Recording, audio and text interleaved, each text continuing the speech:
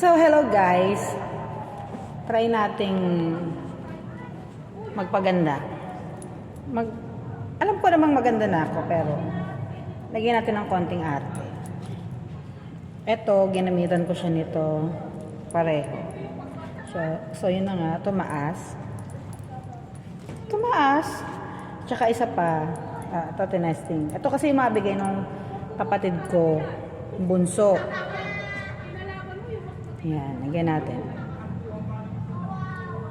Ang ganda. Ang ganda. Mamaya nyo na tingnan.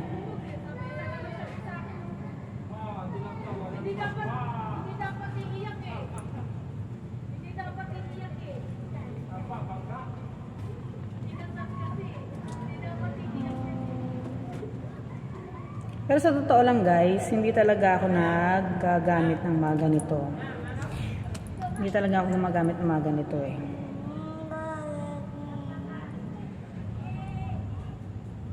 Patry lang natin. Kasi nga sabi ko nga sa inyo, gaya na sabi ko kanina, bigilan to ng kapatid ko. Ang tanga-tanga umorder online, hindi naman pala niya gagamitin. Pinamigay lang.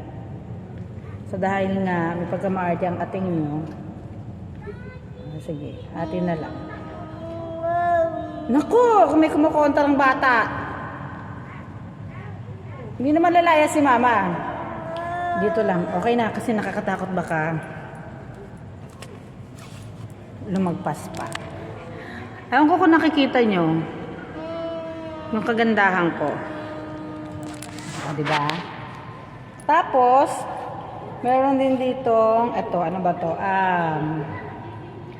Brush. Eyebrow, pang eyebrow. Ito tayo eh. Hindi ako marunong mag-kilay. Pero, try natin. Hindi malinis yung ano ko. Hindi malinis yung kilay ko kasi may sabog-sabog. Pero malinis naman yung pagkatao ko. What? May ganun? Sige, try natin.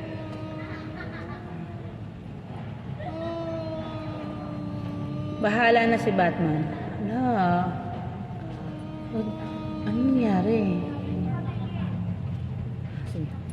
Nangangatog yun. Nangangatog yung pako kasi sa pako ng kapatong. Ala. Apo! Dito lang si Mama.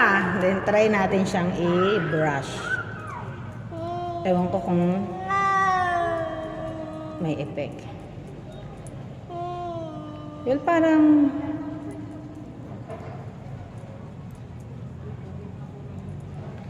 binura lang nung brush yung nilagay ko. Pero pwede na yan. Sa kabila naman natin. Huwag lang natin masyado siyang kapalan. Kasi dati may kapitbahay ako na talaga nag-aano ng kilay ko. Nag-aahit. Shoutout sa'yo, kumaring Sandra. Grabe, napakaganda niya magkilay.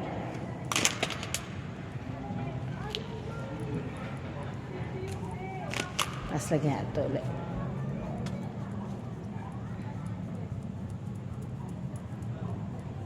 Tinesting ko lang naman. Pero feeling ko mukhang maganda naman. Kailangan lang ayusin yung kilay. Tinatamad kasi ko, di talaga ako sadyang magkilay. O, diba? Mukhang okay naman siya. Ano pa ba? Pulbos.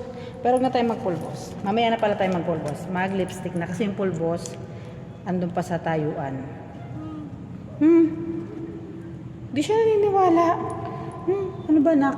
Okay, mag-lipstick tayo. Ito naman lipstick na to ay galing sa kapatid ko.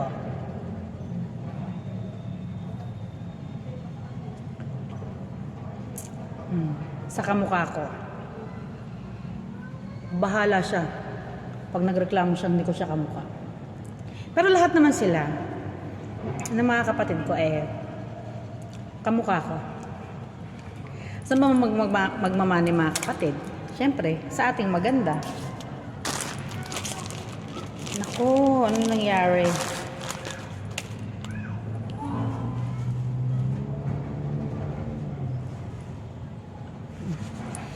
So, ayun guys. Feeling ko naman mas gumanda pa ako, nadagdagan. What? Yung hair natin, kinlip ko lang yan. Kasi pag nasa bahay talaga ako, sa totoo lang, pagkagising ko sa umaga, walang suklay. Ayan na ginagamit ko yung ipet.